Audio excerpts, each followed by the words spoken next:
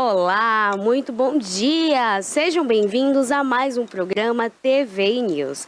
Quero iniciar o programa agradecendo a sua participação diária aqui conosco através do nosso canal 24.2 pela operadora TVC, a TV Cabo aqui em todo o sul da Bahia. Quero agradecer também a sua audiência, você ligadinho através do nosso canal do YouTube. Não esquece que somos uma grande família.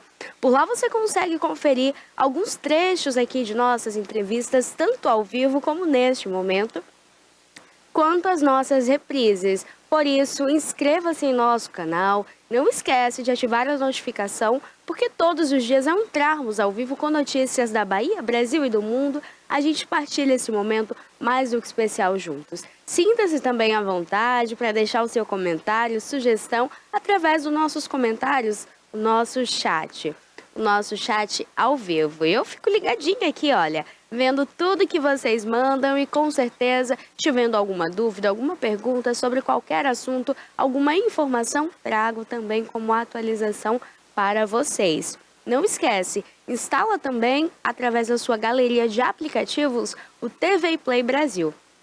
Por lá você consegue conferir toda essa programação, uma programação de 20 anos, com muitas novidades, muitas estreias, quadros especiais que falam sobre saúde, qualidade de vida, bem-estar.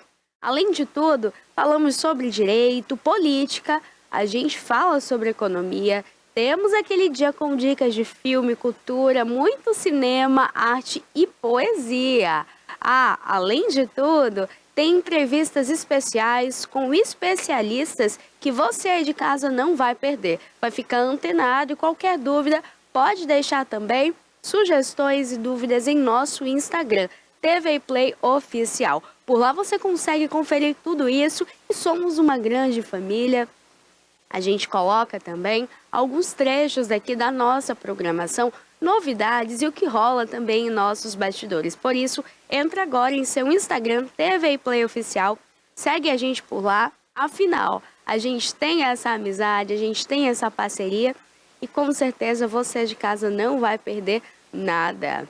Você vai ficar aí antenado, de olho no que está acontecendo. Olha, eu quero iniciar aqui então com o preço de medicamentos, os nossos destaques do dia. As medicações, elas estão passando por uma alta no valor, medicações que são vendidas ali nas farmácias e que normalmente a gente comprava com um valor e que agora esse valor vai ter um aumento. Para esse aumento ter validade, então, essas empresas farmacêuticas elas devem apresentar o relatório, então, de comercialização para a CMED. Por lei, essa apresentação do relatório de comercialização é obrigatória para todas as empresas que possuem, então, o registro de medicamentos. Ou seja, você que trabalha em alguma farmácia ou que é do ramo da saúde, entende agora a necessidade de fazer esse relatório por ser obrigatório. Caso essas empresas farmacêuticas elas não façam a entrega desse relatório, vai passar então ali por uma comissão, onde chegarão multas e até mesmo pode acontecer da empresa ela não poder fornecer os medicamentos por estar fechada ali pela vigilância sanitária e até mesmo pela Anvisa. O documento ele precisa então conter dados ali da empresa, do faturamento e a quantidade de vendas também daquele medicamento. Caso o relatório não seja enviado ou se ele também for enviado, mas estiver incompleto ou inconsistente, fora do prazo, essas empresas elas terão as punições que eu falei anteriormente com vocês. Além disso, as empresas que possuem um registro de medicamento, elas devem divulgar amplamente os preços de seus produtos em mídias especializadas de grande circulação, ou seja, para que a população receba ali, olha, entenda agora por que esse valor ele está aumentando e, além de tudo, ter acesso também ao novo valor, para que a pessoa não chegue ali na farmácia e tome esse grande susto, né? Normalmente, quando a gente vai até a farmácia, quando a gente precisa comprar algum medicamento, a gente gosta ali, né, de estar procurando com valor menor. Às vezes acontece de você trocar o medicamento normal pelo genérico, pela questão ali do laboratório, por ser um valor menor, um valor diferente. Então, nesses casos agora, para além de você fazer ali, olha, a sua equilibragem, você vai equilibrar entre um valor e outro. Agora as empresas terão também que fornecer esses valores atualizados. Vale também lembrar que esse setor de comércio varejista, ele deverá manter sempre essa lista atualizada, qualquer mudança, qualquer alteração que seja feita. Também os pacientes e clientes precisam saber. E além de tudo, esses preços com as listas atualizadas precisam também estar à disposição dos consumidores, que somos nós, a gente recebe sempre esse medicamento final. E os órgãos competentes também precisam estar ali, olha, para a gente conseguir entender como deve fazer. Pelas regras, os preços não podem ser, então, superiores aos valores publicados pela CMDE, que é o portal, então, Nacional de Vigilância Sanitária. Ou seja, através do portal da Anvisa, que é o portal da Vigilância Sanitária, esses valores precisam continuar disponíveis, atualizados sempre. E a divulgação, então, do preço máximo ao consumidor deve incluir, então, os diferentes preços que são resultados ali de incidências das cargas tributárias do ICMS, que variam, então, conforme os estados de destino. Anualmente há uma diferença ali nessa base, esse valor ele sobe, ele pode diminuir, mas sempre essa lista precisa estar atualizada e à disposição, então, do portal ali de Agência Nacional da Vigilância Sanitária, ou seja, da Anvisa. Então, fica já esse alerta aí para você de casa, para você também que tem empresa, que é do ramo farmacêutico, já fica ligadinho, faz a sua lista, confere ali quais medicamentos tem essa atualização no valor. Com certeza você não vai perder o prazo, vai mandar a lista com todos os critérios, obedecendo as regras, para evitar também uma punição e ajudar que o seu consumidor final ele tenha também acesso a essa lista e ele possa ali entender as alterações que foram sofridas de acordo com cada medicamento. Olha, hoje eu também irei conversar aqui uma entrevista bem bacana, a gente que fala sobre cultura, a gente gosta de arte. Vai acontecer então o lançamento do novo livro de Aldo Bastos, no dia 3, então, dos 4, às 19 horas, no Centro de Cultura Adonias Filho. Olha, a imagem está aparecendo aí na tela com vocês, então. Esse é um livro, Poesia para a Vida Inteira. O Aldo Bastos está aqui também em nosso estúdio, vai bater um papo com a gente, contar um pouco desse livro, o processo ali, então, de criação também, e vai explicar. Afinal, você de casa aí que se interessa, não perca. Dia 3, às 19 horas, no Centro de Cultura Adonias Filho, vai acontecer então ali esse evento brilhante. Muito bom dia, Aldo. Oi, bom dia, Pérola.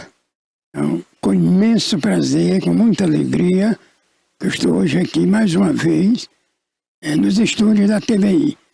Essa televisão que sempre apoiou e apoia as atividades artísticas de nossa cidade e região. Ok, muito obrigado pelo convite. Olha, a gente que agradece, a gente fica feliz. Primeiro, eu quero entender como foi o processo criativo, a escrita, então, desse livro. Veja bem, desculpe que eu estou com uma rinite alérgica. Em 85 eu lancei meu primeiro livro solo, chamado Itinerário, com 20 poemas. Aí eu recolhi desse livro, esses 20 poemas, e inseri nesse novo livro, com mais 63 poemas. Então, é um total de 83 poemas no livro. E o livro é meu itinerário, né? É a minha vida, minha existência. São minhas histórias, minhas dores, minhas dúvidas, minhas alegrias, minhas emoções, né? Meus questionamentos, minhas indagações, né? É um pouco de tudo, é um caminhar de existência, né? Tanto que o título Poesia para a Vida Inteira vem por essa razão, né? Que é poesia que vai falar de infância, é um livro que fala de infância, de velhice, de solidão, de saudade, de dor, de memórias, de tempo, né? E é um livro cativante, viu? muito bonito. Quem já leu, sabe, se encantou com as poesias. Eu acredito que o livro vai agradar. Olha, você fala aí que o livro ele percorre, então, por todas as idades. Ele percorre pela vida. Uma poesia, então, que sai ali da juventude, chega até os primórdios, então, com aquele ar de juventude, chega até a idade, então, maior, a solidão, percorre por sentimentos. Então, é um livro muito bacana para quem de casa tiver interesse também em estar aí nessa estreia muito bacana. Faz o convite também para o pessoal de casa. Na quinta-feira, depois de amanhã, dia 3, às 19 horas, no foyer do Centro de Cultura Adonias Filho. Tá? É o lançamento e eu aguardo vocês que gostam da poesia, da boa poesia. Espero que vocês apareçam, porque é um livro realmente cativante, viu?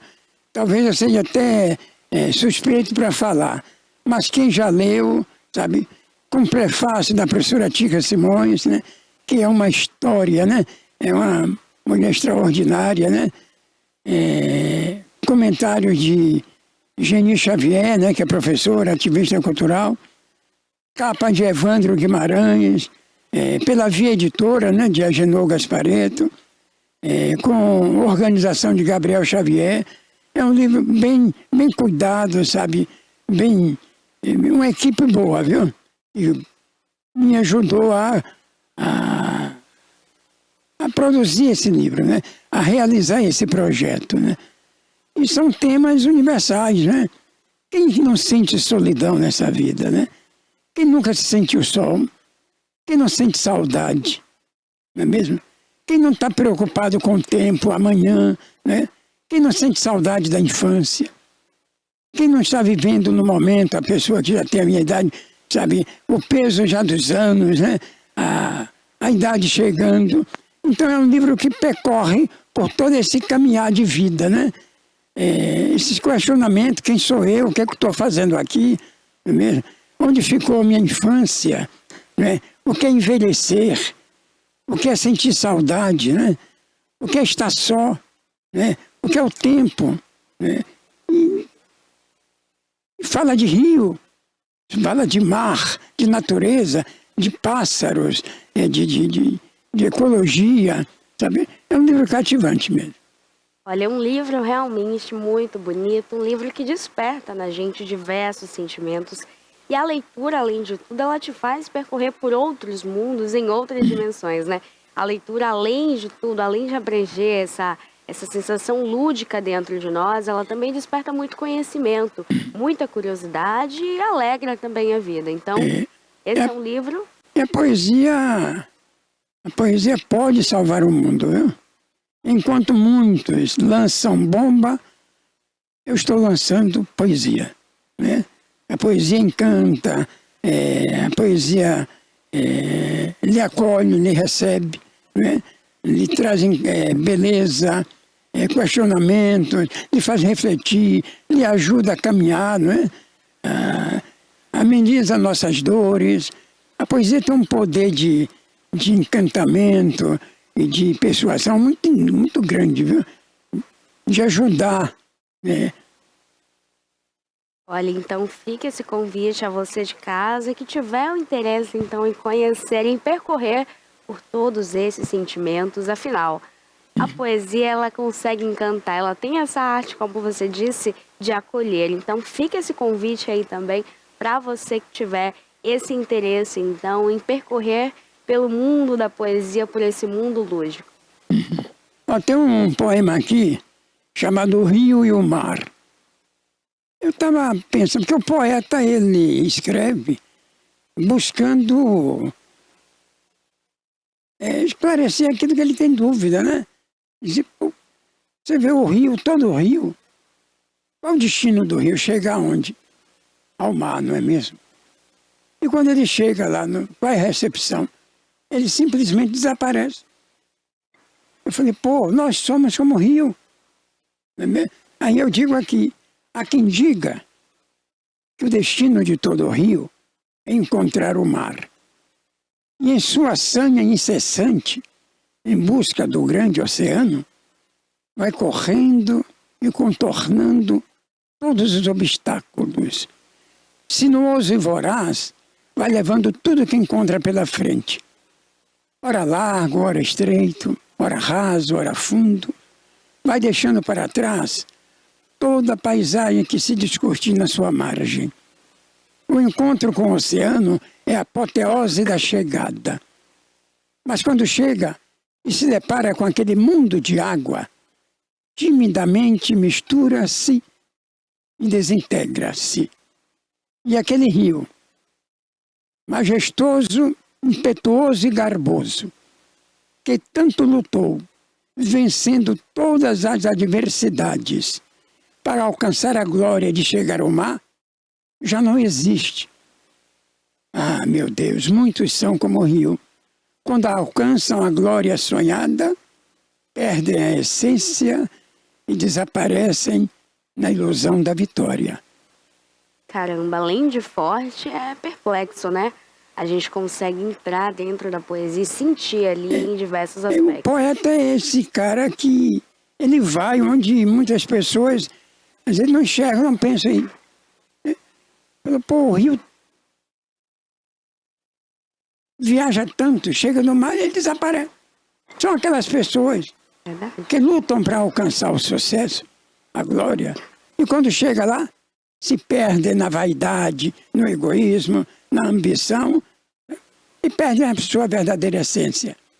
Porque, na verdade, tudo é ilusão nessa vida, né? Tudo passa, tudo é efêmero. E o rio e o mar, é isso aí, mostra esse lado da vida, né? Da ambição desenfreada, e quando alcança o objetivo, a pessoa perde a essência, perde o que há de mais puro em si, né? A sua verdadeira essência, o seu eu. E a pessoa, após ela ficar, né, nessa insistência em busca do sucesso, em busca de algo, às vezes a pessoa ela se perde de si e não consegue mais voltar. Então, isso aí é muito importante, né, essa referência que você traz do ser humano, contextualizando ali como encontro de águas, o rio e o mar. Então, o rio, ele chega, ele deságua e ele deixa de ser rio. Ele não volta mais. Porque ele é engolido, tragado pelo mar, que é imenso. Exatamente. Então, pessoas que não estão preparadas para a vida, tem que ir devagar, tem que saber onde vai. Não se misture muito não, para não perder a sua essência. Né? Aceite sua vida e seja feliz e faça feliz com ela. Olha, muito bonito. E olha, esse é só um trechinho aí, então, da... Tem uma poesia aqui que fala sobre solidão. Eu adoro ficar só. Eu não tenho problema com a solidão. E eu digo o seguinte.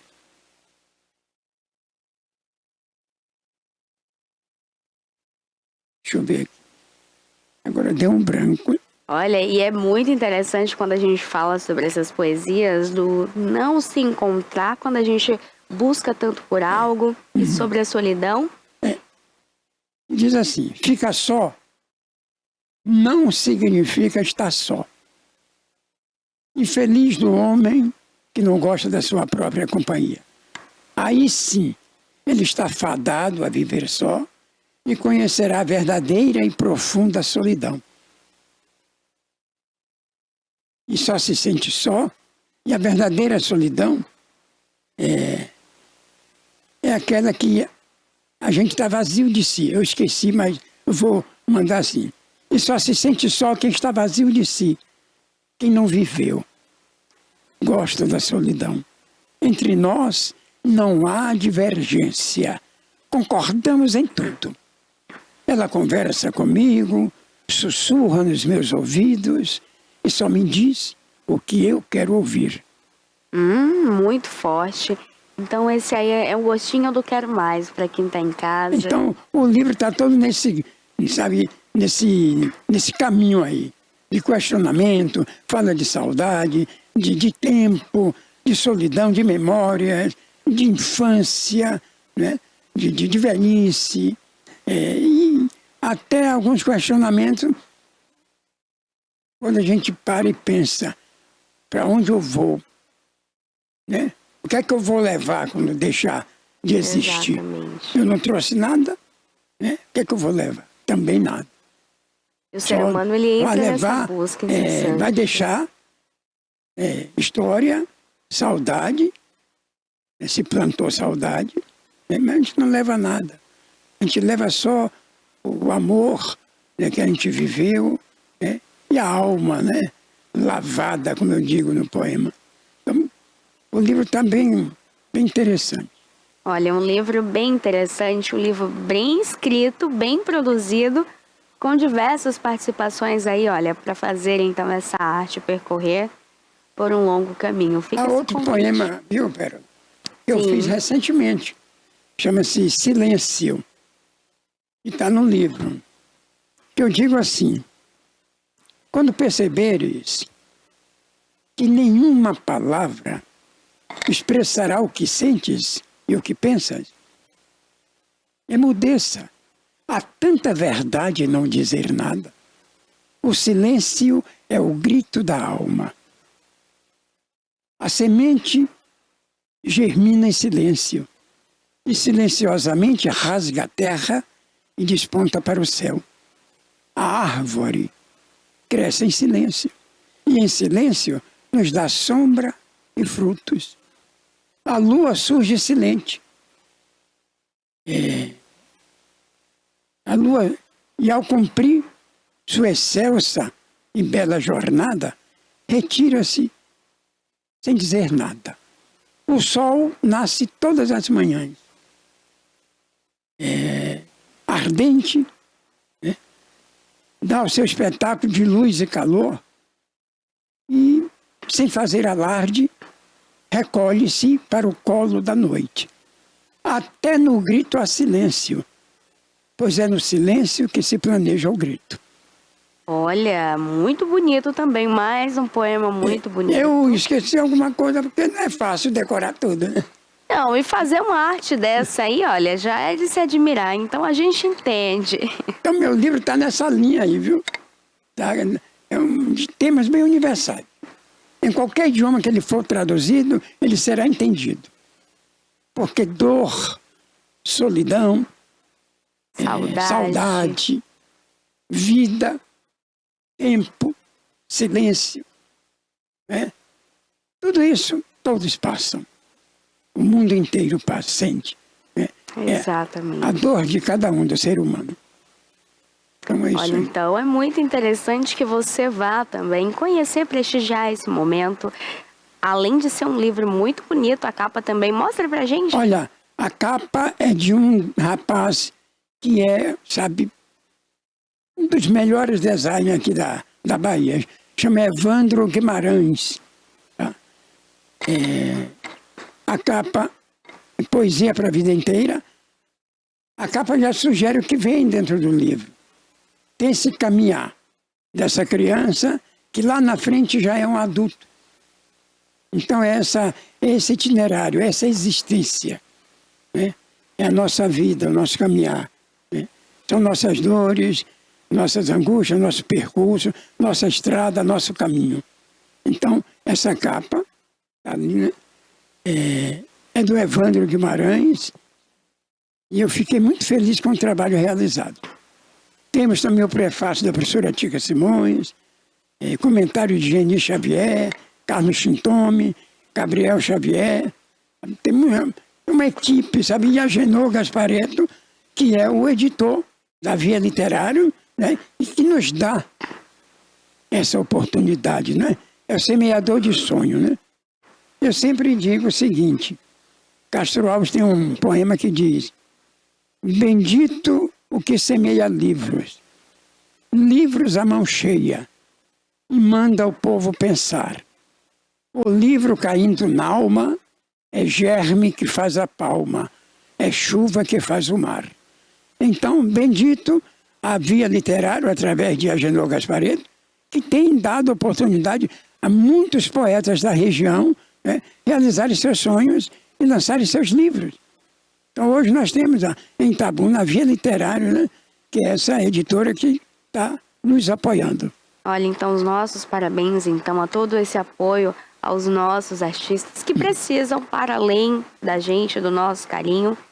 E que essa estreia seja de muito sucesso. Eu já quero meu exemplar, tá? Já vou querer viajar, percorrer, caminhar, então, por essas poesias também. Já é uma capa muito bonita. As poesias que a gente escutou também. Então, quero agradecer aqui a sua presença. Tá, muito obrigado a você, tá? A TVI, pelo carinho, né? E sempre nos dedica, né? Em todas as áreas, teatro, música, poesia, artes plásticas. A TVI é essa casa, né? Que nos acolhe, nos recebe e divulga a nossa arte, né? Exato. Então, muito obrigado a você e a toda a equipe que faz esta bela televisão, este belo canal, este belo trabalho, a Barbosinha, né? E toda a equipe, tá? E a falar também do projeto Alvorecer, né? Através de Rafael Gama, que no ano passado lançamos também a segunda antologia do projeto. Do Bastos, e a você de casa que vá conhecer, prestigiar esse momento. E já a gente volta, porque agora é hora então de Bem Viver, Priscila Cel.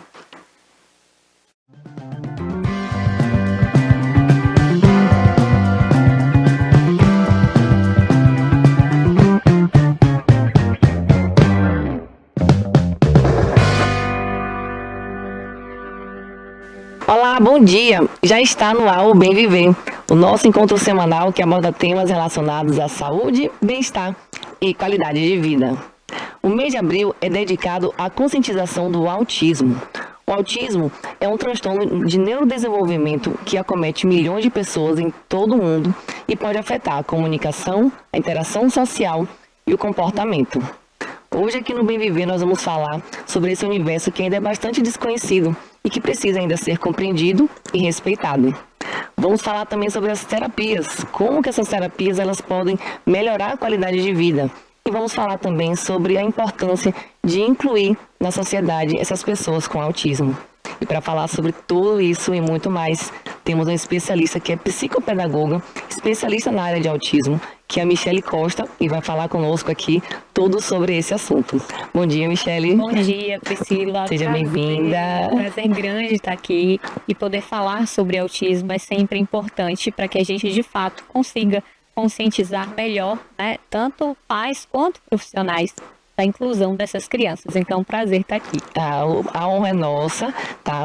Michele, ela é uma especialista muito renomada e, assim, eu tive a honra de ter a presença dela aqui e para poder compartilhar com vocês tudo sobre o autismo, tá? Já que ela é experiente nessa área.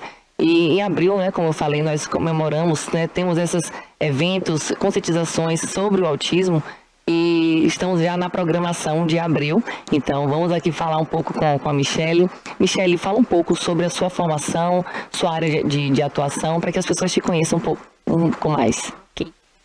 Eu tenho formação em psicopedagogia, mas aí eu fui buscar mais porque a gente sabe que a gente está lidando com o espectro com diversas questões no desenvolvimento. E aí eu fiz neuropsicologia e busquei hoje programas de intervenção, que são programas que a gente tem comprovação científica para intervir em questões do autismo. Então, hoje eu tenho as formações, que são formações internacionais, como o Denver, o Jasper e o GSDM, que são as intervenções que a gente vê melhores respostas, porque buscam, através dessas intervenções, que a gente consiga, de forma natural, fazer essa criança aprender habilidades que existem déficits no seu desenvolvimento.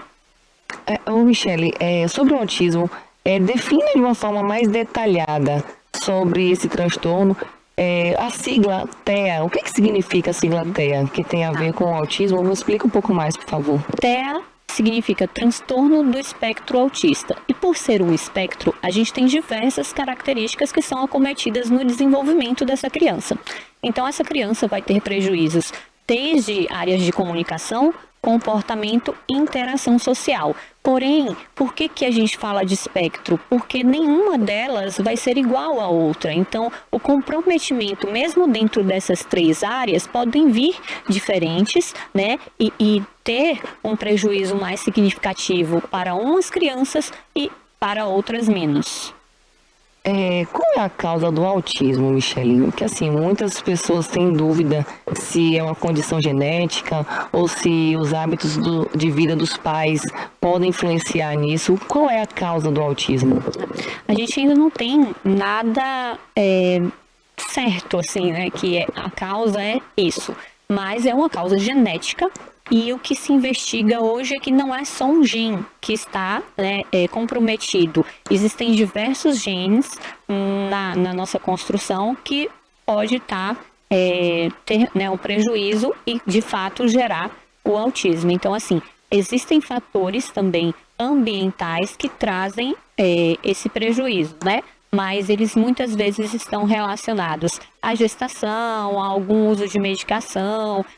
Existem pesquisas dentro de diabetes gestacional, né? Então, assim, são estudos. Alimentação também, não tem? Alimentação também, baixa, né? Nutrição da mãe durante a gestação. No entanto, a gente só vai ter o transtorno se existir uma carga genética. Ah, certo. Então, existe uma contribuição dos fatores ambientais, porém, existe a predisposição genética que vai... Exato, que é o que vai determinar. Se não existir predisposição genética, a gente não vai adiantar os fatores ambientais. Não, aí não vai ter o autismo. E por que está cada vez mais comum ouvirmos falar de pessoas com autismo? Por que o diagnóstico hoje é mais fácil de você ouvir, né, que uma pessoa está diagnosticada com autismo e antigamente não? Eu vou contar aqui para você um fato que ocorreu comigo há uns dias atrás. Uma criança de 11 anos sinalizou para a família que o sobrinho dele fazia baixo contato visual, não respondia ao nome quando chamava. Então, você vê, crianças estão conseguindo observar características do autismo de forma precoce. Então, a gente hoje tem uma população, né, com um olhar muito maior para as características do transtorno. Isso, de fato, traz com que essas crianças venham mais cedo para a avaliação e para a intervenção. Então, eu acredito e vejo, né, os estudos mostrando que a gente tem uma maior resposta para a identificação, porque a gente está sabendo identificar de forma precoce.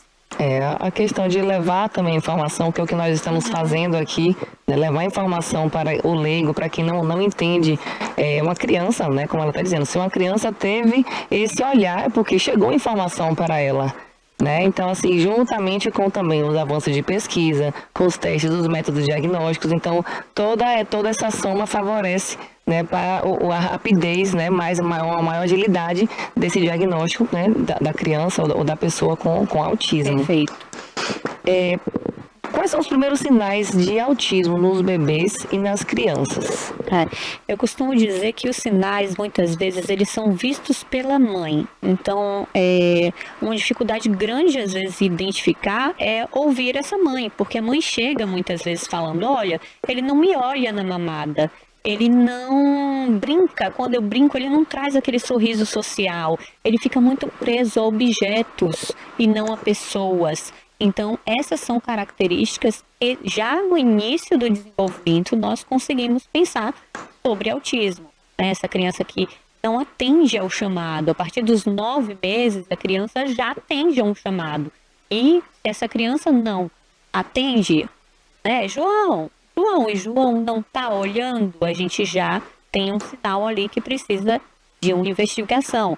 Fora essas questões, a criança tem um brincar mais disfuncional, ela não está brincando como crianças da idade. Então, crianças de 2 anos, ela está encaixando blocos, e aquela criança de 2 anos que está jogando blocos, ou não está alinhando os blocos, não está brincando como é para, né, brincar, também é um outro sinal.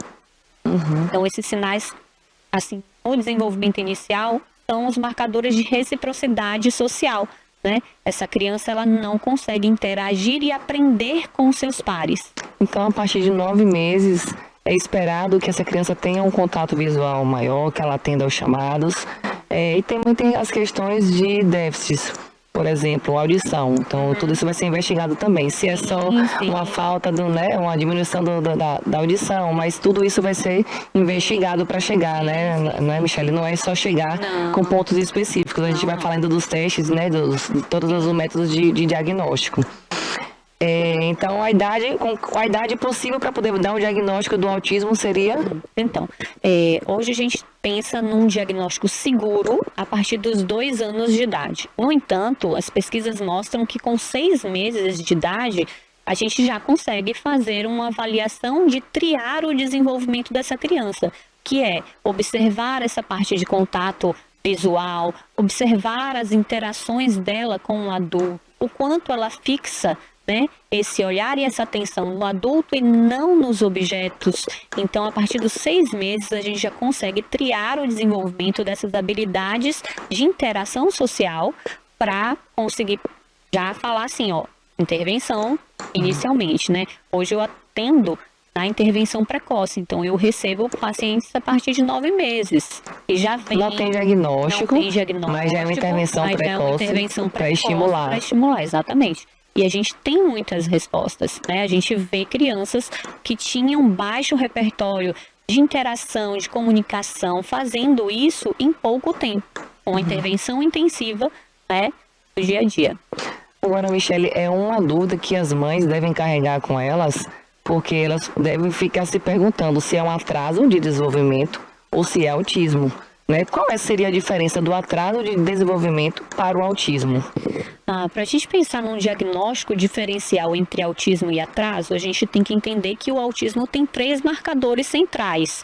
Então, ele vai ter prejuízos de comportamento, de comunicação e de interação. Muitas vezes, a criança que tem atraso no desenvolvimento, ela tem um funcionamento muito bom na comunicação e na interação, né? Porque aquilo, comunicação, ela não é fala, né? Então, a fala, a criança pode ter um atraso de desenvolvimento motor de fala. E aí a gente não está falando de autismo. Então, para ser autismo, a gente precisa pegar essas 3 áreas e marcar informações importantes, significativas, que determinem que essa criança pode vir a ter o diagnóstico. Então, o atraso, ele não compromete, muitas vezes, comportamento, comunicação e interação. São coisas mais específicas, assim, né? Demora um pouco de falar. É bem pontual, só fala. Entendi. Exato. Mas existe uma apreensão dos pais quando o filho demora a falar. Com certeza. Né? A gente sabe que cada criança lá se desenvolve no tempo dela, né? Uma anda mais rápido do que outra fala mais rápido. Às vezes são irmãos, mas cada um vai desenvolver de uma forma diferente. Eu gosto de falar que, assim, não é a relação de cada um ter o seu tempo, mas sim da gente entender que existem janelas da criança adquirir determinadas habilidades e a gente tem aquele período, 3 meses. Se em 3 meses a criança é para estar andando, né? A gente espera que a criança ande até 1 ano e 3 meses. Passou de 1 ano e 3 meses, já tem uma questão ali no neurodesenvolvimento que precisa ser investigada. Se a gente tem uma criança com 1 ano e 6 meses que não está falando, no mínimo ali 50 palavras, a gente já tem um atraso no desenvolvimento. Então, tem essa relação de cada um tem, né, uma forma, mais essa relação de tempo, ela tem uma janela e ela precisa ser cumprida no tempo da janela do desenvolvimento. Sim. É importante isso que ela está dizendo. Quando eu me referi a justamente isso, que cada um tem um tempo. Como irmãos, ou alguém pode andar com menos de 1 ano, outra andar depois de um pouco de 1 ano, mas tem um limite para isso. Então, às vezes, os pais eles ficam apreensivos porque o meu primeiro filho andou mais rápido, ou falou primeiro, né? Falou mais rápido. E aí o segundo já não está falando. Então, existem comparações. Então, tem um limite, sim, então isso é muito importante, né, como a Michele está falando, mas gera uma apreensão. E é isso que eu queria saber. Quando que os pais devem buscar ajuda em relação ao atraso de fala? É isso. No atraso de fala, a gente precisa olhar para os marcadores de desenvolvimento. Então, assim, o pediatra, né, ele é o profissional que consegue, através da caderneta da criança, observar quais são as habilidades de linguagem e comunicação, porque tem uma areazinha, né, lá na caderneta que você identifica uma criança de 1 ano e 3 meses, o que ele precisa fazer em função de linguagem.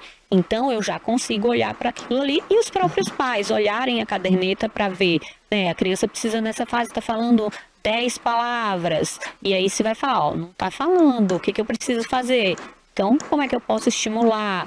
Então, inicialmente, o profissional que deve avaliar essa criança, esse bebê, é o pediatra. Perfeito. E aí, nessas avaliações que ele for fazendo dessa criança ou do bebê, ele pode já direcionar para especialista, perfeito, né? Perfeito. E existem 2 formas, assim, que a gente pode ter com o pediatra, né, uma avaliação para o desenvolvimento dessa criança. Uma é utilizando a caderneta da criança, onde tem uma área específica para entender os marcos de desenvolvimento dessa criança até os 3 anos, dentro desses domínios de linguagem, tá? De motricidade e de cognição.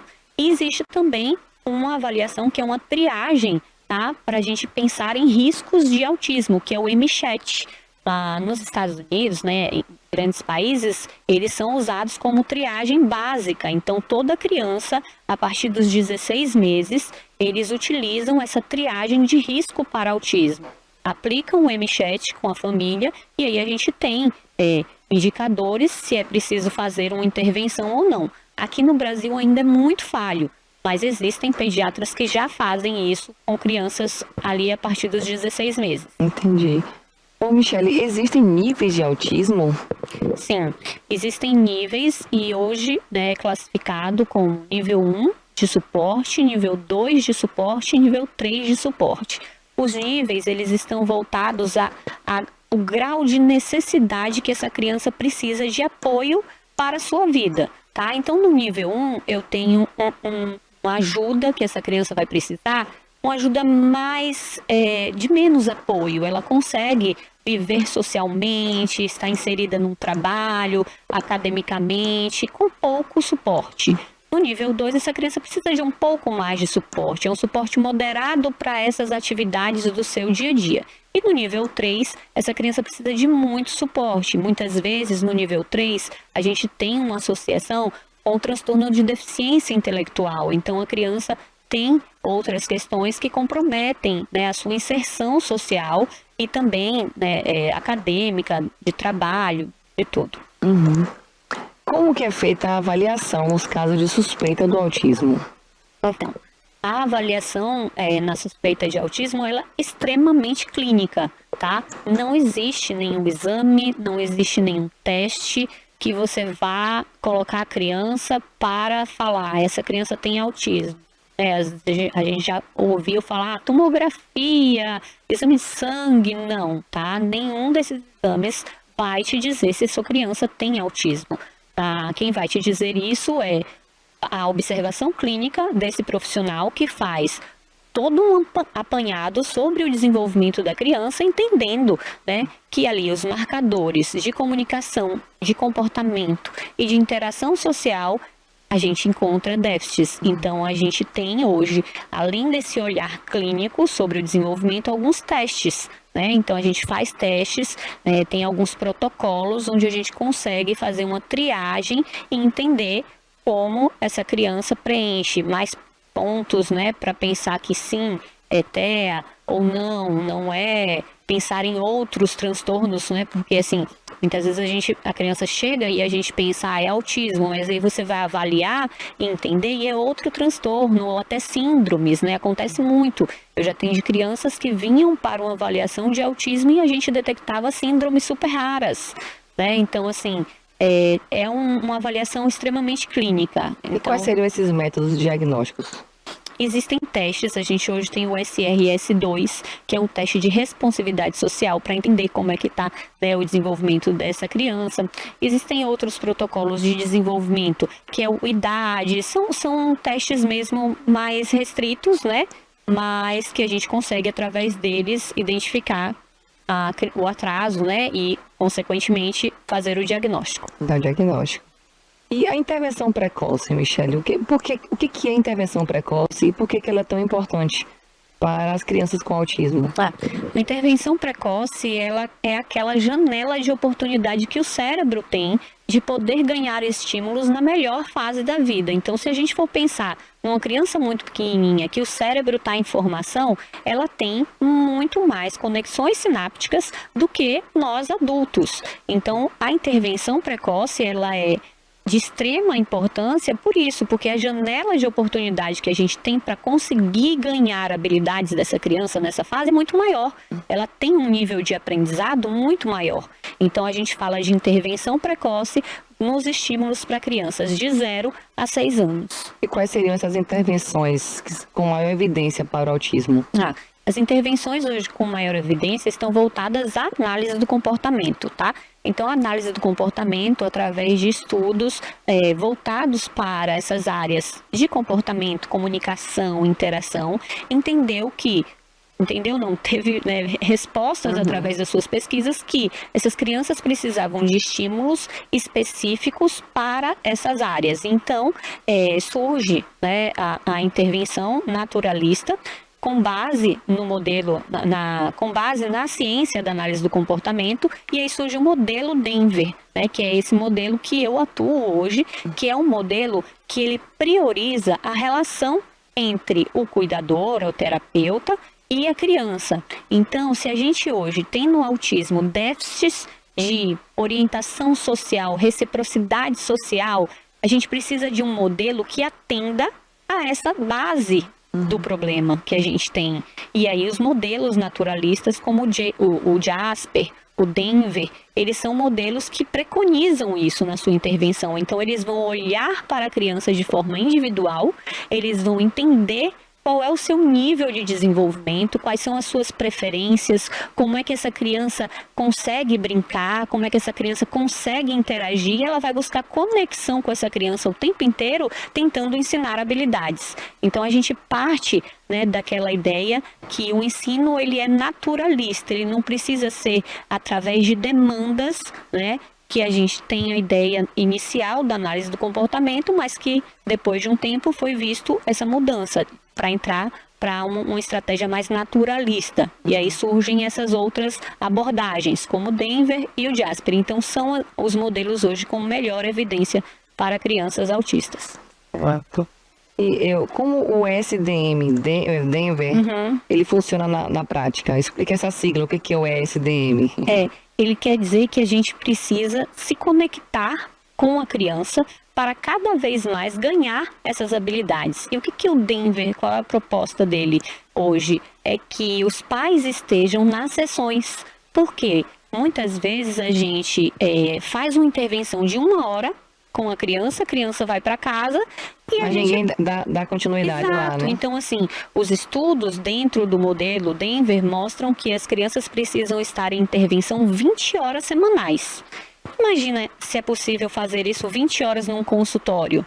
Não tem condição. Então, hoje, nós treinamos assistentes terapêuticas. Então, eu tenho assistentes terapêuticas que implementam um modelo junto a mim, na minha clínica, e tenho treinamento de pais. Então, os pais, eles estão comigo, eles estão dentro da sala, eles estão aprendendo coisas básicas que às vezes os seus filhos não sabem fazer. Então eles podem aplicar essas técnicas em casa. Sim, exatamente. A gente cria um plano de intervenção para que eles possam saber o que a gente está ensinando e através desse ensino eles consigam replicar isso dentro do seu ambiente. Porque aí o que a gente vai fazer? A gente vai dar intensidade para os estímulos, e constância. Então, os modelos naturalistas, eles buscam isso, trazer intensidade e constância no ensino para essas crianças. E é possível uma criança com autismo ela aprender a falar com a intervenção precoce? Sim. A gente hoje pensa na intervenção desses modelos como um desenvolvimento de habilidades globais da criança, tá? Então, quando essa criança entra no consultório e eu tenho nela um atraso de fala, eu vou precisar estimular o quê? comunicação receptiva, comunicação expressiva. Muitas dessas crianças, elas não estão atentas nem ao som no ambiente. Então eu faço um som, ela não olha, uma coisa cai no chão, ela também não olha, e aí eu vou precisar trabalhar essas habilidades que são pré-requisitos para que a comunicação, a linguagem venha. Então, dentro da intervenção precoce, a gente vai dando para a criança uma escadinha de ganhos para ela chegar na fala, na comunicação. Então, ela vai passar por todas essas habilidades até vir a fala. A falar, né? E é lindo. Quando a fala vem, é muito emocionante. Emocionante para nós e para os pais, né? E assim, a fala não vem de uma hora para outra. A fala vem primeiro no olhar. Quando a criança passa a te olhar, que era aquela criança que só olhava para o chão, olhava para o teto, mas não te olhava.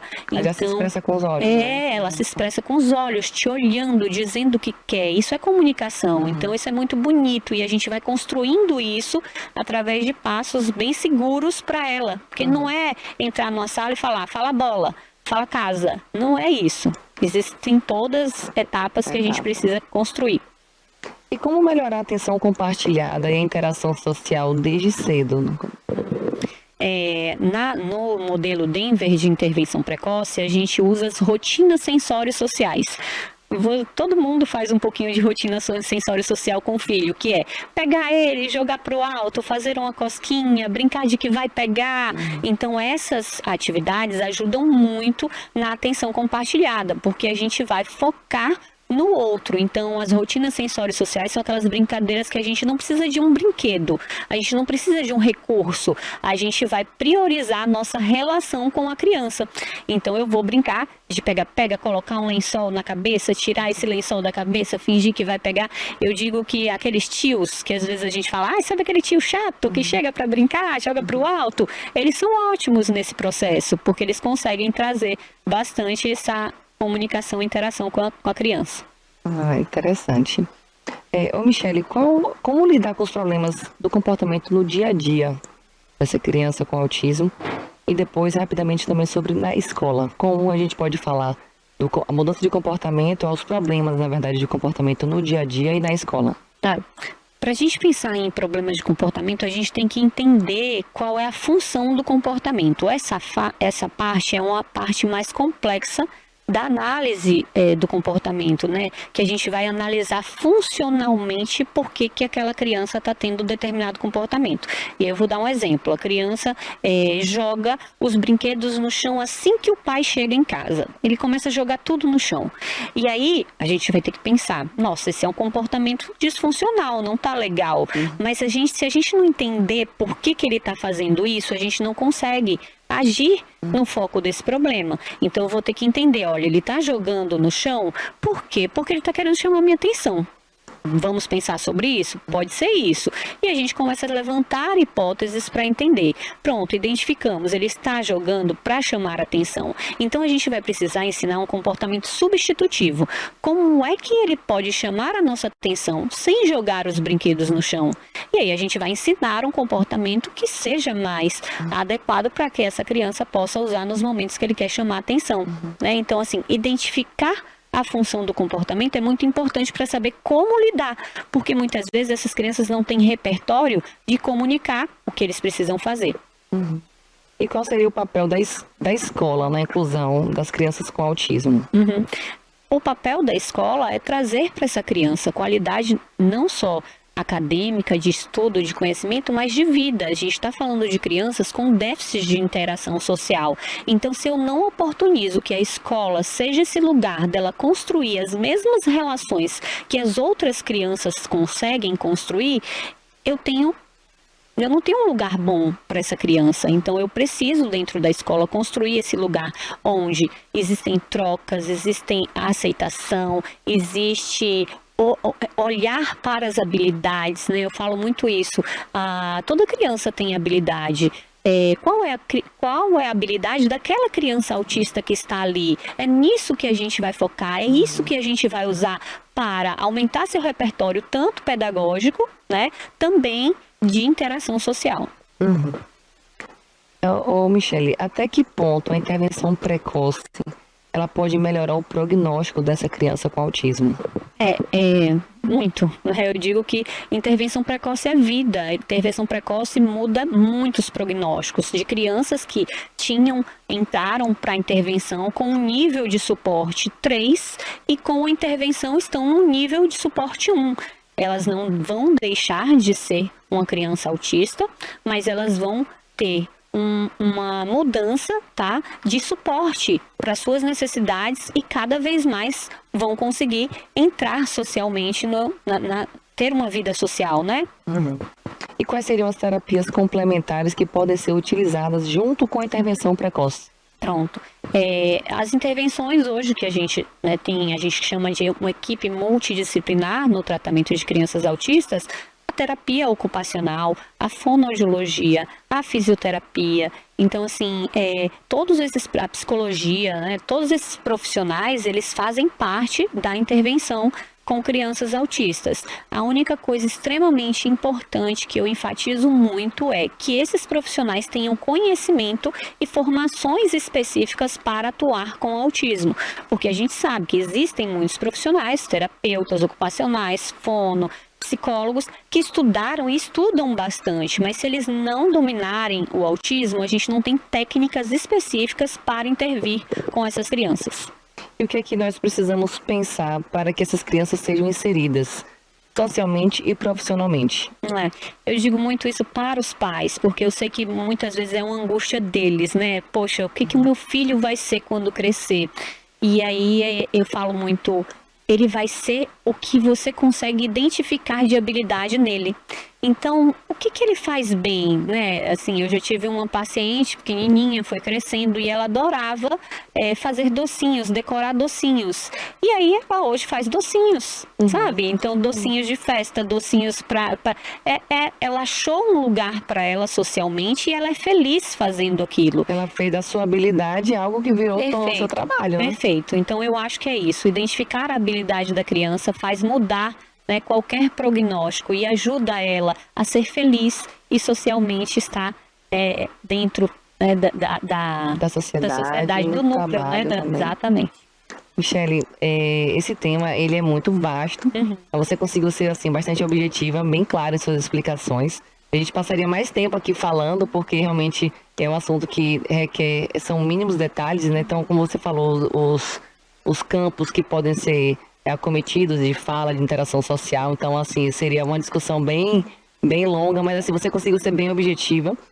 Caso alguém tenha interesse de marcar uma consulta com você ou tirar uma dúvida, qual seria o contato, uma rede social para poder as pessoas falarem com você? Pronto, pode falar comigo através do @Michele Terapia de Criança. Michele com 2 L's, Terapia de Criança.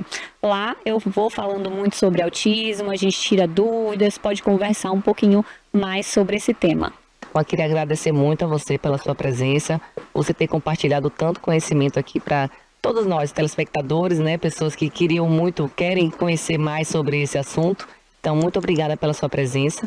E agradecer a você também que acompanhou essa entrevista até o fim, que está acompanhando o Bem Viver, está curtindo a nossa programação. E não se esqueçam que toda semana a gente tem um encontro marcado, toda terça-feira às 10h30, aqui no Bem Viver. Muito obrigada.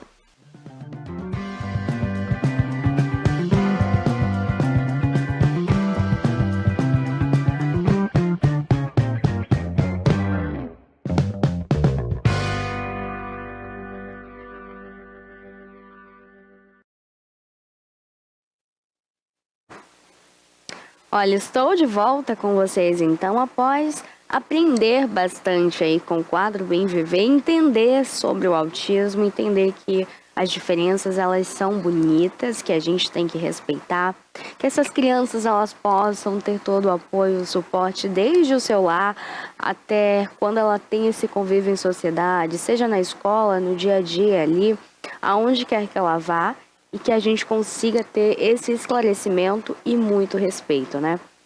Porque eles merecem todo o nosso cuidado e todo o nosso apoio. Afinal, são seres humanos assim como nós.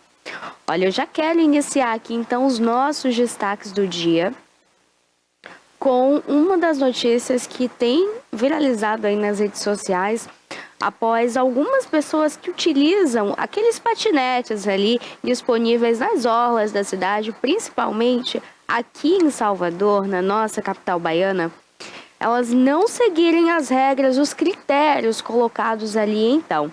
Após essas violações, podem ser suspensos o direito dos usuários de patinete, então, em Salvador. Esses patinetes elétricos e o seu uso tem sido, assim, cada vez mais comum. Sobretudo na orla, então, aí, que a gente sabe que tem uma grande quantidade de turistas e os soteropolitanos também. Que é ali na Barra, onde tem o Pelourinho também, a gente sabe que bem próximo tem os patinetes.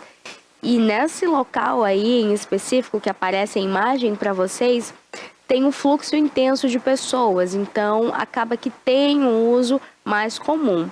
No entanto, o descumprimento de algumas regras que são claras, bem específicas, elas podem trazer aí a suspensão desse uso, até mesmo permanente na plataforma. Ou seja, cada usuário que tiver ali um pontinho a menos, não seguir, vai ter essa punição até chegar ali na punição severa, que ele vai ser suspenso, não consegue usar nem em Salvador, nem em outras orlas também. Acontece um bloqueio. Além disso, alguns registros ali de acidentes e também de algumas irregularidades deixaram aí com que as pessoas nas redes sociais tivessem esse alerta e elas passassem a entender então que é um meio ali de locomoção muito bacana, se torna algo diferente, atrativo, gostoso também de se andar, mas que existem regras, existem critérios a serem seguidos. Cerca, então, aí de 70 mil usuários em Salvador utilizam, então, esse patinete diariamente, sejam ali para praticar uma atividade física, um exercício, para fazer um passeio pela orla da cidade, ou até mesmo para ir até um local ali próximo ao seu trabalho, ou comprar algo realmente utilizando o automóvel. Porém, as pessoas elas não têm seguido as regras da forma que deveriam, ou seja, utilizam aí do patinete de qualquer forma. Então, isso tudo está gerando um alerta para que também, não só quem faz o uso, mas para quem vai fazer o uso, para quem se interessa, já esteja, olha, ligadinho nas regras que vem por aí. O Guilherme, que é assessor especial, então, da Secretaria de Mobilidade de Salvador, ele fez, então, uma declaração. Uma pessoa que for pega andando em dupla no patinete vai ter a suspensão da conta por 7 dias. E, caso seja reincidente cometendo a mesma infração, ou um menor de idade esteja utilizando o patinete da pessoa que foi suspensa ali temporariamente, o bloqueio é permanente. Ou seja, a gente sabe que, além das pessoas utilizarem da forma incorreta, ainda tem gente que utiliza ali também, olha, sendo que só tem um assento, aí quer dividir para 2 pessoas. Acaba acontecendo acidentes, acaba tendo ali negligências, e aí como é que resolve esse problema? Infelizmente, só com a suspensão da conta. Então, vamos ficar ligadinho aí, você que vai fazer uma viagem. Gostou do patinete na orla? Utiliza da forma correta. Está em dupla, em trio, cada um vai no seu. Cada um vai em segurança, seguindo ali, obedecendo todos os critérios, combinado? Olha, uma outra coisa também que eu quero falar aqui com vocês em nosso destaque diário é sobre o avanço no mar, então, da praia de Guarajuba em Salvador. O avanço, então, ali na quantidade de água tem derrubado algumas plantas, algumas árvores ali no entorno. É uma erosão costeira, então, que foi registrada aí, olha, na praia de Guarajuba no domingo, dia 30. Ainda ali com muitos turistas, muitas pessoas assustadas, com medo do que poderia acontecer e sem entender. Porém, já segue sendo monitorado, então, pela Prefeitura de Camaçari, por meio, então, da Secretaria de Infraestrutura, a CEINFRA, e também a Defesa Civil está fazendo aí, então, o monitoramento. Esse fenômeno, gente, ele ocorre anualmente devido ali às marés de março, que são as marés mais altas, que resultam ali no avanço do mar. A essa faixa de areia aí, então, que as pessoas estão receosas de que consiga chegar até cá, até as barracas ali de praia, com um fluxo intenso de pessoas. acabou ocasionando aí, olha, a queda de diversos coqueiros. Esse daí foi um dos filmados.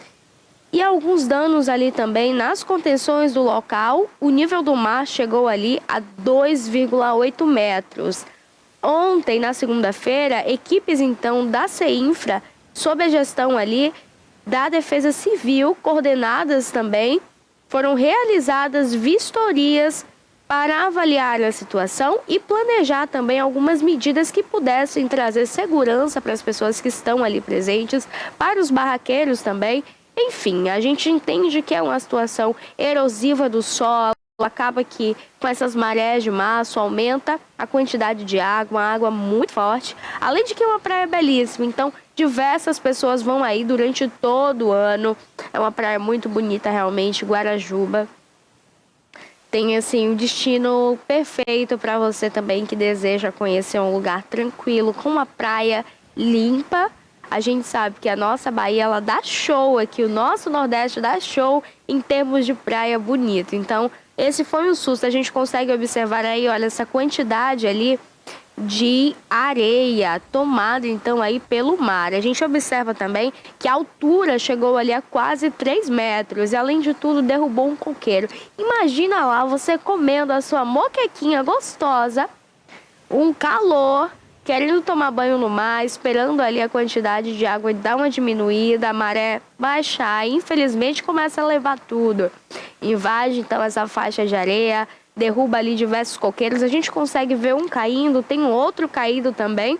E em uma outra parte lá mais atrás, olha, onde ele dá o zoom, mostra ali que já derrubou uma parte também da estrutura de uma barraca, que ficava ali, olha, no solo de areia. Então, a Defesa Civil está aí fazendo essas vistorias desde ontem. Hoje também eles estão por lá, cuidando então dessas questões para que os turistas e os moradores, eles consigam ali, olha, ter as suas idas à praia de uma forma mais segura, para que os barraqueiros também, né, os comerciantes, eles possam conseguir vender de uma forma segura, ou seja, para que não tenha nenhum dano ali, tanto estrutural. A gente observa que esse coqueiro, ele já estava enraizado ali, olha, uma planta já tradicional, uma planta mileniar, eu até diria. Então, a gente chama essa planta aí mileniar, como eu estou me referindo, já é uma planta de bastante tempo. Então, acaba que esse solo, ele pode vir ali a ter algum problema, principalmente por ser areia. Então,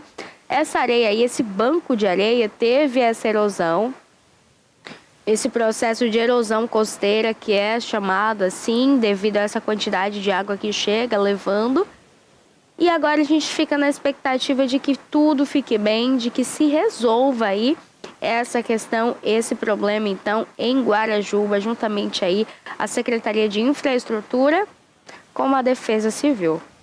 Olha, agora eu vou para uma notícia aqui, olha, muito bacana para você aí de casa. A Petrobras, então, anunciou a redução de 4,6% no preço do diesel. É isso mesmo, a Petrobras, ela vai reduzir o preço médio do diesel, que é vendido aí em suas refinarias, em 4,6%.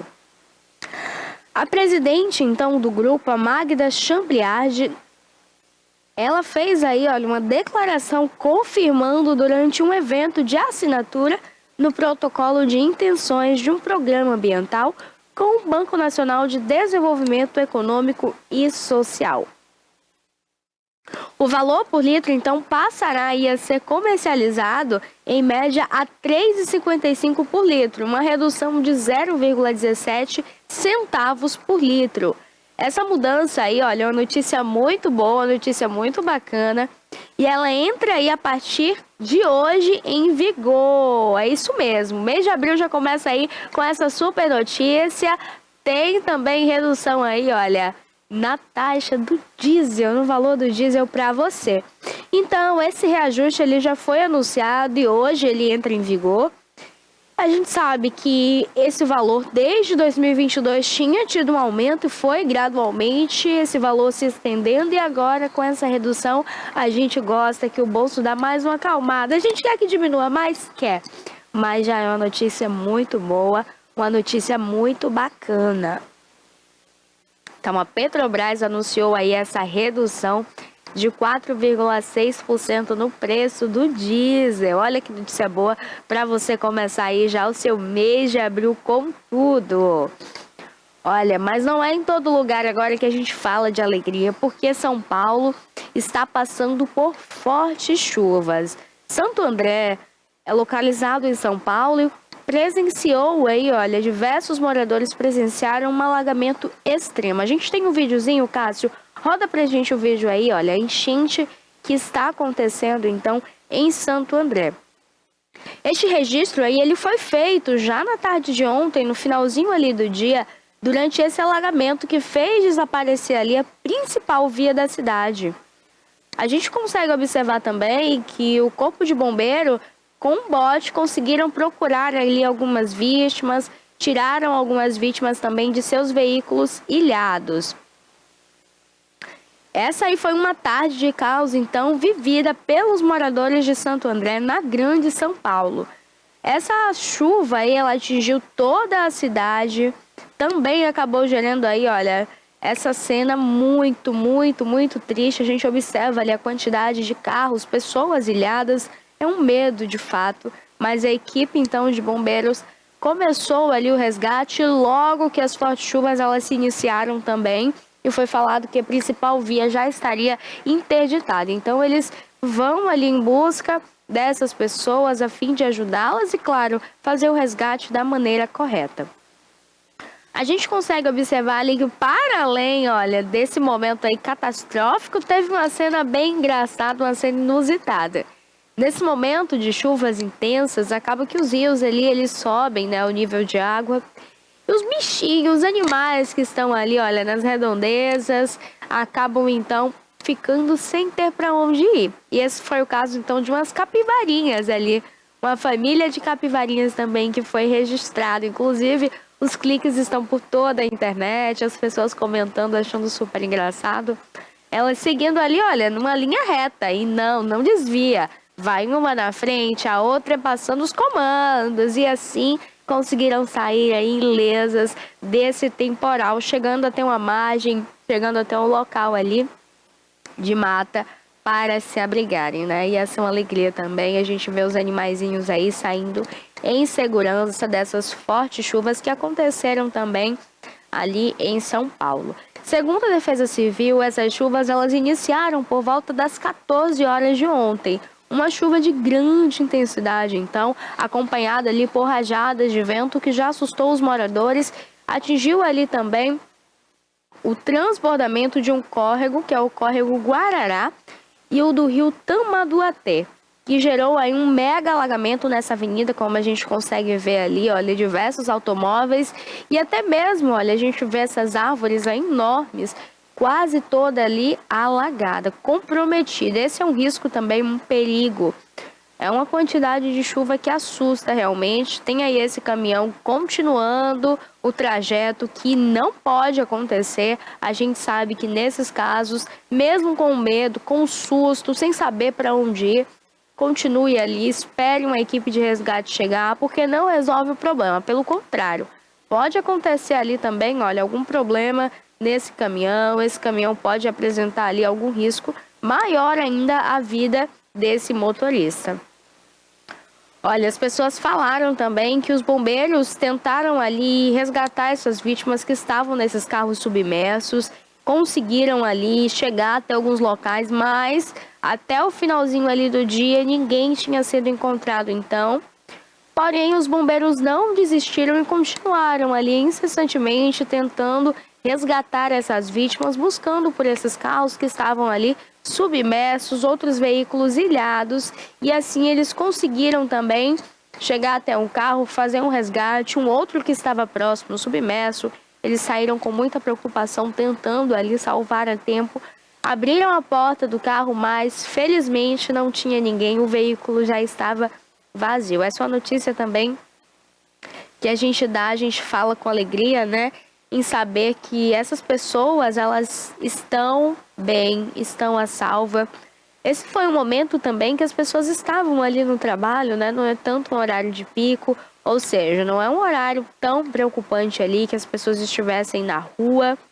Entretanto, essa é a principal via de acesso à cidade. E a gente fica preocupado, né, de fato, porque com essas fortes chuvas, as pessoas acabam ficando receosas de estarem nos carros, as pessoas ficam também com medo, sem saber se vai chegar resgate ou se não vai. Então, a equipe de bombeiro, a gente sempre precisa elogiá-los pelo trabalho excelente que é feito aí, olha, nesses casos de resgates. Esse daí é o bote, então, que eles saem agora desse carro aí vazio, e então vão em direção ao segundo carro, tentando encontrar vítimas perdidas aí nesse acidente. Diversos carros ali estavam submersos em Santo André, em São Paulo. É realmente uma imagem assim muito triste, que traz, né, uma comoção. E a gente fica sempre se questionando, né? Porque é uma questão natural, é um fenômeno natural, não dá pra gente prever o que pode acontecer. Olha aí a quantidade de carros, um chegando próximo ali ao outro com a forte correnteza. Então, agora a gente fica na expectativa de que essas pessoas elas estejam realmente bem e elas saiam ilesas dessa situação, né? Outra coisa que fica de alerta pra gente é descartar o lixo no local correto. Por quê?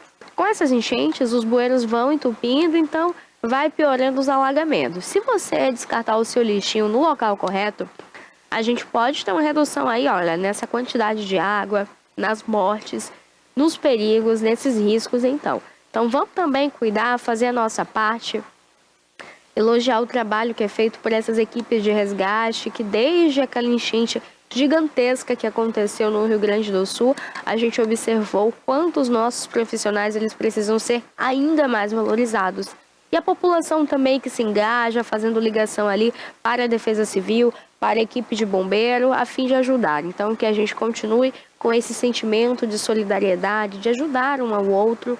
As pessoas ali dos apartamentos mais altos que conseguiam ver toda a cena começaram a ligar para as equipes de resgate e assim conseguiram então ali salvar vidas. Isso tudo é importante, né? A gente entender que juntos, que unidos, a gente tem força e a gente consegue melhorar muito esse mundo que por vezes a gente acredita estar perdido.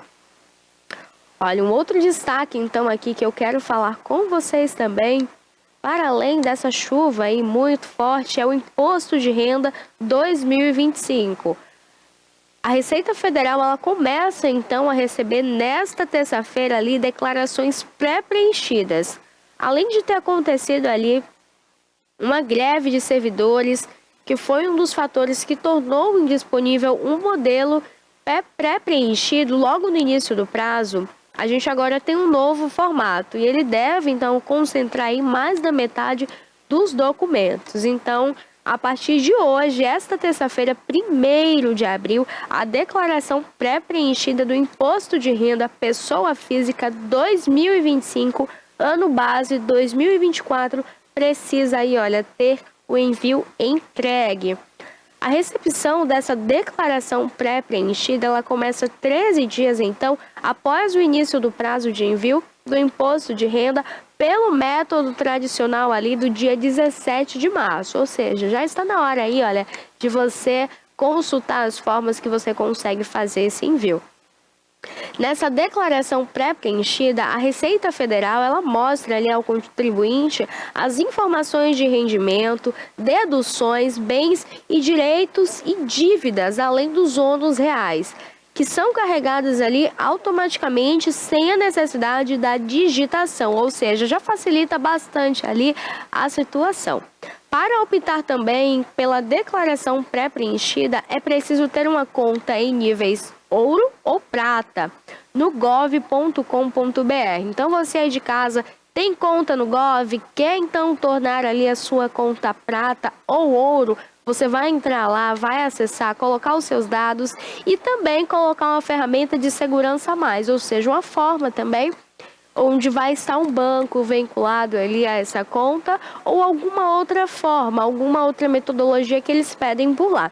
E aí você sai do nível bronze para o nível prata, ou a depender das qualificações que você vai adicionando, vai se tornar o nível ouro. E aí você já consegue essas regras aí pré-estabelecidas, este formulário pré-preenchido. Nessa alternativa aí, você consegue usar pelo site Meu Imposto de Renda também. Nele, é possível ali você, então, dar autorização de acesso à declaração pré-preenchida para qualquer CPF ou CNPJ, evitando, assim, o compartilhamento também da sua senha Gov, ou seja, verifica o site, vê se ele é seguro para você não estar colocando ali os seus dados em um site falso, em um site fake, porque tudo isso aí, olha, pode trazer um problemão para você amanhã. Além de tudo, a demora também na abertura desse prazo para envio da declaração pré-preenchida está relacionado a essa greve dos auditores que eu iniciei falando aqui com vocês, que eles estão na busca aí por um reajuste salarial. Ou seja, aconteceu aí uma greve dos auditores fiscais da Receita Federal em busca dessa mudança, esse reajuste, esse aumento salarial. E para você, contribuinte, que optou então por essa declaração pré-preenchida, nas últimas semanas você já conseguia aí ver que pela Receita Federal os seus dados tinham identificação como CPF, endereço e os rendimentos também recebidos ali através das suas contas. Ou seja, a partir de hoje, 1º de abril, a declaração pré-preenchida, ela também passará a informar aí, olha, as contribuições de previdência privada, atualização de saldo da conta bancária e poupança, atualização do saldo de fundos de investimento, imóveis adquiridos no ano calendário, doações efetuadas no ano calendário, conta bancária poupança ainda não declarada, fundo de investimento ainda não declarado ou contas bancárias no exterior. Então, você fica ligadinho porque através aí da sua conta Gov, você então vai conseguir aí ter essa declaração pré-preenchida, ou seja, com alguns requisitos ali já montados pela Receita Federal. Pérola, de que forma eu consigo então ter esse requisito? Conta, prata ou ouro? Pérola, e como eu consigo fazer com que minha conta chegue aí a prata ou ouro? Simples. Entra na sua conta Gov, acessa, coloca todos os critérios bonitinho, tudo certinho, porque eu garanto, vai ser sucesso para você. E observe também ali, olha, na hora de fazer então o seu preenchimento de dados. Não coloque em qualquer site não, confere bonitinho, confere se está tudo certinho, porque assim, o negócio hoje de golpe, vocês sabem, tem aumentado. As pessoas elas têm criado ali algumas contas fakes através de sites, aplicativos e além de tudo elas pegam seus dados, roubam e assim elas conseguem também, olha, acesso a diversos aplicativos de banco, conseguem ali a fazer também algumas coisas com o seu nome. Olha, essa é uma questão que a gente fala e a gente alerta e é difícil, as pessoas ainda assim caem, né? Elas caem aí nessas questões porque são sites que você entra, não é rotineiramente, você às vezes não tem ali, olha, acesso a algumas informações e acaba caindo. Então, a gente sabe que tudo isso vai prejudicando ali as nossas contas, às vezes você fica também com o nome sujo, até mesmo porque alguém roubou o seu cartão, hackeou sua conta e acaba ali então ficando dessa forma. Olha, a gente também vai conversar agora sobre um caso que tem repercutido aí nas redes sociais, que são os gibis. Os gibis, eles têm ganhado a notoriedade. Sabe aquelas imagens que quando você abre as redes sociais estão por ali? Então, a gente consegue observar que, para além de tudo, elas estão aí rodando o mundo. Põe pra gente aí, Cássio, as imagens que hoje o Instagram amanheceu assim, ó, bombardeando, cheio, lotado. E as pessoas estão utilizando muito tudo isso ali através do Instagram, através ali das suas redes sociais, mostrando também. Eu vou mostrar aí pra vocês uma dessas imagens também que tem repercutido ali nas redes sociais. Coloca aí pra gente, Cássio. Fizeram ali, olha, do Ronaldinho Gaúcho, o Fenômeno, Maiara e Maraísa. tem Louro José e Ana Maria Braga. Tem mais uma aí pra gente, Cássio. Roda aí a próxima imagem. São imagens, assim, bem legais, imagens bem engraçadas também. Olha o Lourinho José ali, olha, que coisa mais divertida. A gente sabe que os gibis, eles têm, né, essas figuras, assim, parecidas com a realidade, mas trazem um mundo lúdico. E a gente entende que hoje em dia, com o avanço da tecnologia, não é falado ali também, olha, a gente consegue também. Eu já quero fazer aqui, corta aqui pra mim, Cássio, coloca aqui a gente na tela, porque eu quero a minha também, hein? Eu vou tentar fazer aqui, olha, pra mostrar pra vocês também. Se eu conseguir aqui a tempo, eu já mostro a minha imagem também. Eu particularmente estou achando super engraçado tudo isso aí. A gente acha super engraçado porque se torna novamente algo lúdico e é algo realmente criativo, né? A gente vê aí tudo isso na internet, as pessoas estão ali, olha, com uma criatividade imensa. Roda aí de novo pra gente as duas imagens, Cássio. É super divertido, a gente vê aí, olha, essas criações.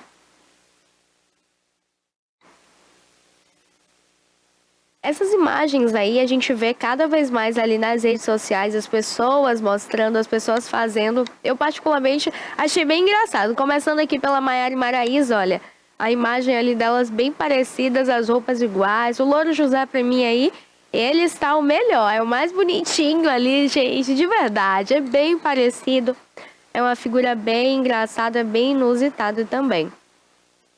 Coloca aí rapidinho na tela também pra gente. A segunda imagem aí, olha, também montada, ou seja, é a inteligência artificial que está aí em alta. Volta aqui para mim, Cássio.